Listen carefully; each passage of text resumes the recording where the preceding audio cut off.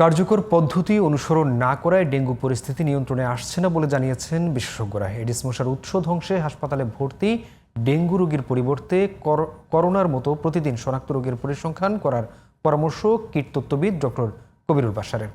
আক্রান্ত রোগীর ঠিকানা অনুযায়ী মশক নিধন কার্যক্রম পরিচালনা করলে ডেঙ্গুর বিস্তার দ্রুত কমিয়ে আনা সম্ভব হবে বলেও মনে করেন তিনি।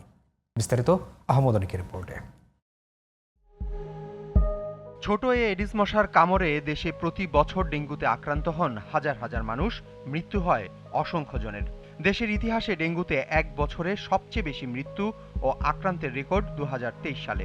স্বাস্থ্য অধিদপ্তরের তথ্য অনুযায়ী 2019 থেকে 24 পর্যন্ত 6 বছরে দেশে ডেঙ্গুতে মৃত্যু হয়েছে 2837 জনের, আর হাসপাতালে ভর্তি হয় 6,15,962 জন। চলতি বছরও মে মাস থেকে ডেঙ্গুর পরিস্থিতি ক্রমেই অবনতি হচ্ছে।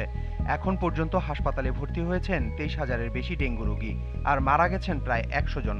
হাসপাতাল কর্তৃপক্ষ জানায়, ভর্তি রোগীর তুলনায় কয়েক গুণ বেশি ডেঙ্গু আক্রান্ত রোগী বাসায় চিকিৎসা নেন।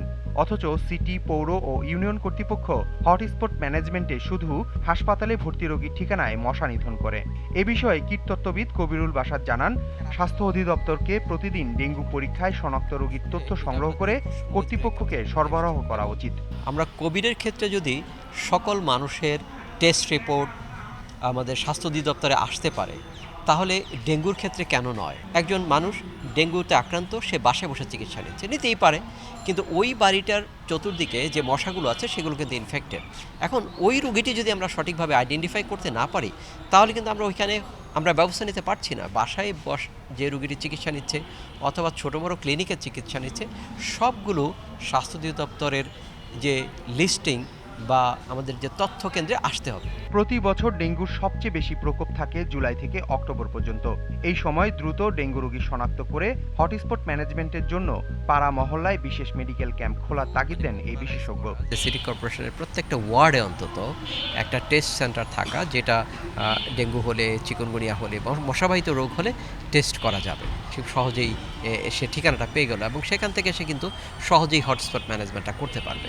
একে অপরকে দোষারোপ না করে নাগরিক সমাজ এবং স্থানীয় সরকার কর্তৃপক্ষকে সমন্বিতভাবে মশা নিধনে এগিয়ে আসতে হবে বলেও মনে করেন তিনি।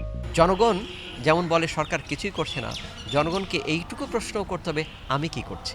আহমদ অনিক, জিটিভি নিউজ, ঢাকা।